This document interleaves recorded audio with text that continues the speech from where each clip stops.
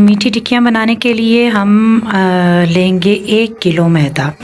अब आप ये सारे इंग्रेडिएंट्स और इनका तोल जो है वो बहुत एहतियात के साथ और समझ लें, इसलिए कि ये हिसाब किताब आप याद रखिएगा। आसान अंदाज में आपको बताऊंगी और इससे बनाने के बाद ना तो आपकी मीठी टिक्कियाँ तलने में बिखरेंगी और ना ही सख्त होंगी, बल्कि बहुत अच्छी खस्ता क्रंची और नरम आपकी मीठी टिक्कियाँ बनेंगी। एक अंदाज़ आप सुन लीजिए और इसको इसी अंदाज़े से बनाइएगा।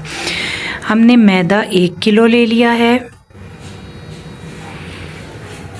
आधा किलो चीनी, 1 पाव ली है सूजी और 1 पाव ही हम लेंगे घी।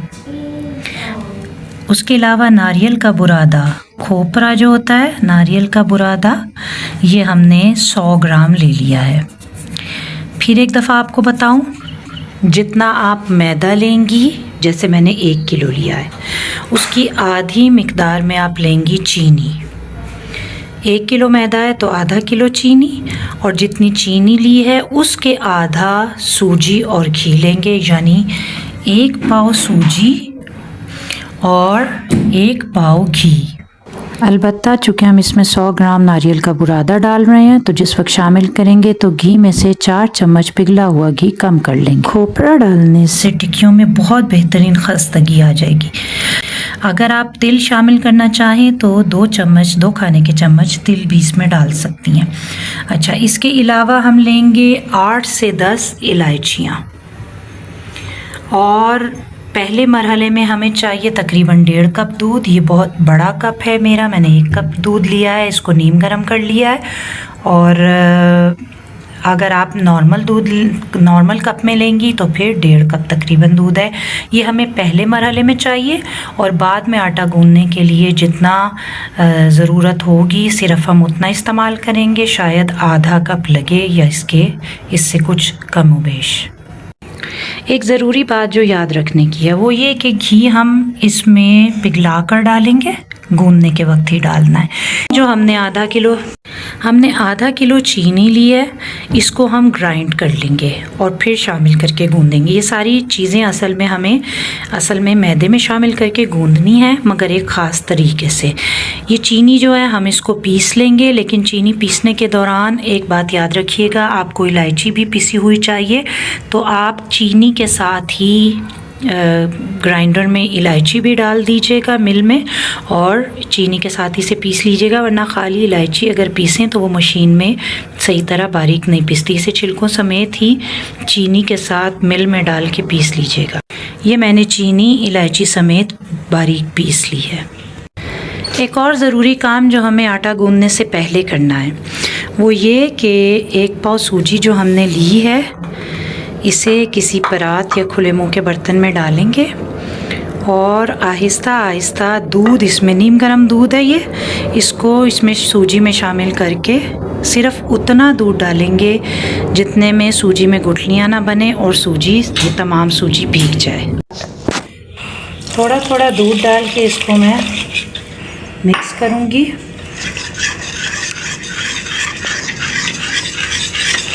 बहुत आसानी के साथ ये भीग जाएगी, इसमें अमूमी तौर पे गुठलियाँ नहीं बनती, फिर भी हमें एहतियात तो बहरहाल करनी है। बहुत ज़्यादा दूध हमें इसमें नहीं डाल देना, वरना आटा गूंदना मुश्किल हो जाएगा। ये देखिए, ये पूरी की पूरी सूजी अच्छे तरीके से इसमें भीग गई है, लेकिन आपने बिल्कुल भी इजाफी दूध इसमें नहीं डालना, क्योंकि हम ये भीगी हुई सूजी हमने इसलिए भिगो दी है। इसको हम आटा गूंदने से तकरीबन आधा घंटा पहले नीम गर्म दूध में इस तरह सूजी को भिगो देंगे, उससे ये सूजी फूल जाएगी, नरम पड़ जाएगी। फिर हम इसको आटे में शामिल करके गूंद लेंगे। मैंने जो दूध लिया था वो पूरा इस्तेमाल नहीं हुआ,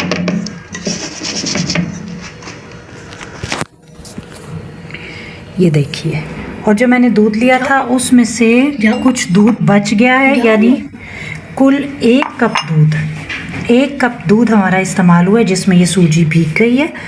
और आप भी देख लीजिएगा, बस जितना ज़रूरी हो उतना दूध इस्तेमाल कीजिएगा। अब हम इसको आधे घंटे के लिए ढक देंगे ताकि सूजी नरम हो जाए, फिर उसके बाद आटा गूंथते हैं। हमने ले लिया है सबसे पहले ये मैदा, इसमें हम ये जो सूजी हमने भिगोई थी, ये अब काफ़ी इसको टाइम हो चुका है, आधा पौना घंटा हो गया, ये नरम पड़ गई है। हम इसको शामिल कर देंगे।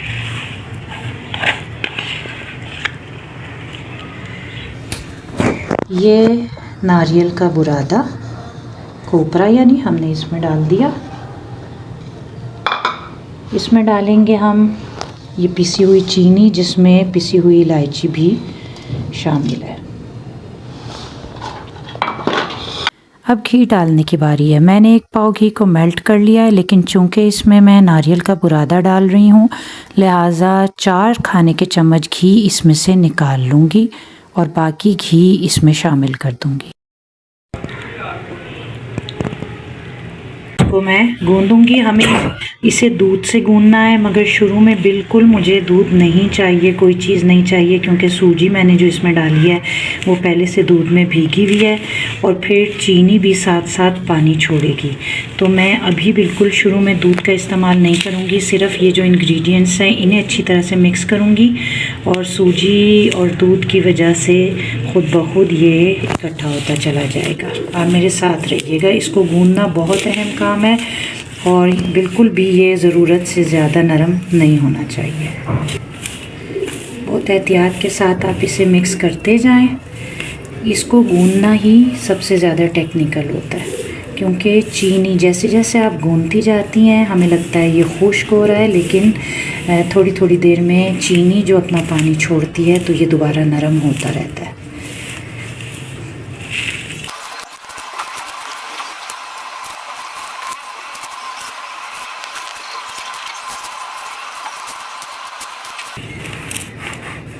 अब मुझे इसमें ज़रूरत महसूस हो रही है मिक्स करने के बाद दूध की, तो थोड़ा थोड़ा करके एक एक चुल्लू करके मैं इसमें दूध शामिल करूँगी। भी नहीं डालेंगे, थोड़ा थोड़ा करके।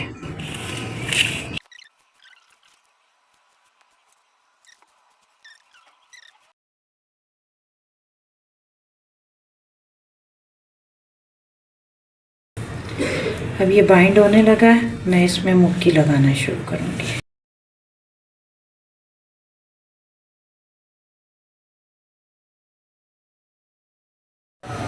हम इसके 4 तकरीबन बॉल्स इसमें से बना लेंगे, 4 पेड़े बड़े बड़े।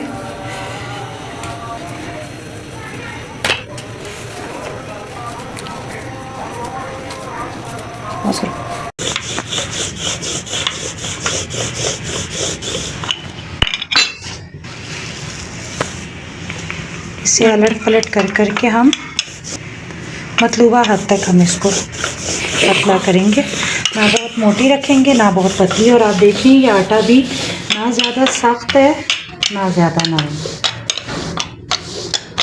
जैसे नॉर्मल घर का आटा गूंथते हैं ये उसकी निस्बत सख्त होता है।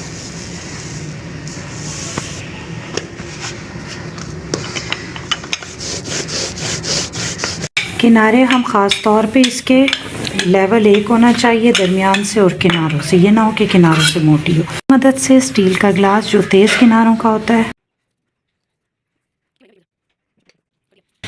बस इस तरह हमें सारी टिक्कियाँ काट लेनी है। ये बराबर साइज़ की होंगी और कम मेहनत में आसानी से बन जाएंगी। इसमें बचेंगे हिस्से, पीसेस जो बचेंगे, इसको ज़ाया नहीं करना है। हम इसको एक जगह जमा करते जाएंगे और आखिर में इनका एक पेड़ा बनाकर इसको भी तल लेंगे। आखिरी टिक्की मैंने फ्राइंग पैन में ऑयल डाल दिया है। हमें टिक्कियों को अच्छा सा फ्राई करना है। इसके अंदर फ्लैट सरफेस का आपके पास इस तरह कोई बड़ा पैन हो तो आप उसमें टिक्कियाँ फ्राई करें, मगर ये चूँकि साइज़ में छोटा है लिहाजा मैंने दूसरी तरफ चूल्हे पे कढ़ाई भी रख दी है। अगर कढ़ाई हो आप क्या डालें, मगर इसको बहुत डीप फ्राई नहीं आप करेंगे, सिर्फ इतना ही ऑयल डालिएगा। मैंने आँच इसके नीचे जला दी थी। घी को बहुत तेज़ गर्म नहीं होना और हमें इसे तेज़ आंच पे भी नहीं पकाना, हल्की दरमियानी आंच पे हम इन टिक्कियों को पकाएंगे ताकि ये अंदर तक अच्छी तरह से हो जाए। मैं फिर आपको दिखाऊं टिक्कियाँ साइज़ में इतनी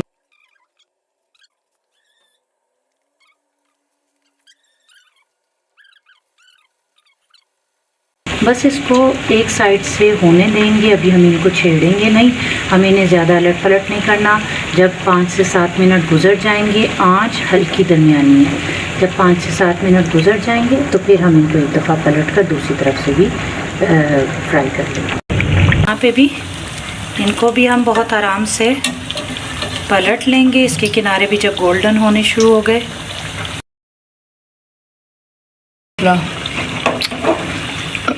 ये टिक्कियाँ कितनी खूबसूरत सुनहरी टिक्कियाँ। आप चाहते हैं डार्क ब्राउन कर लें, अगर आपको ज़्यादा फ्राई हुई भी पसंद है, डार्क कलर चाहते हैं उसमें कर लें, लेकिन इसको बार बार पलटना नहीं है, आपने सिर्फ एक मर्तबा बीच में इसको पलटना है। किनारे जो हैं वो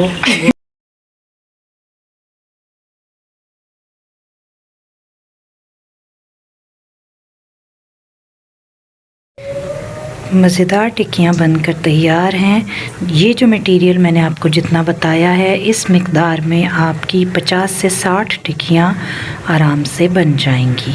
मुंह में घुलने वाली मज़ेदार मीठी टिक्कियाँ मैं अभी आपको तोड़ कर दिखाऊंगी। आप देखिएगा कितनी खस्ता हैं और बिल्कुल मुंह में घुल जाने वाली टिक्कियाँ है। आप